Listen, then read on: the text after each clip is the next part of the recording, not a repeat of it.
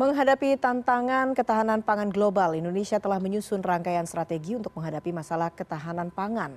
Mentan menegaskan sektor pertanian masih menjadi bantalan perekonomian Indonesia. Bahkan rendahnya inflasi disokong suplai pangan terjaga.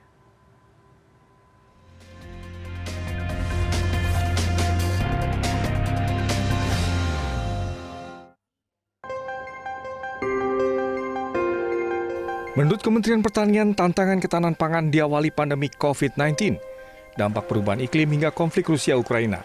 Namun hal ini tidak terjadi di Indonesia karena kuatnya sektor pertanian di Indonesia.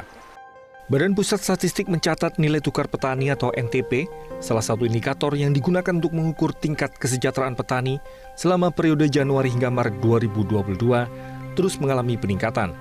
Pada Maret 2022, NTP tercatat sebesar 109,29 atau naik 0,42% dibanding NTP bulan Februari 2022. Peningkatan juga dialami nilai tukar usaha petani atau NTUP yang pada Maret 2022 tercatat sebesar 109,25%, naik 0,67% dibanding NTUP bulan Februari 2022.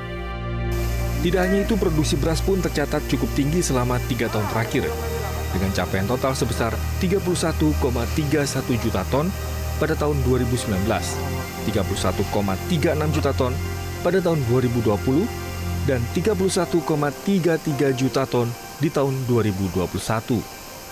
Capaian tersebut pun sukses menahan impor beras.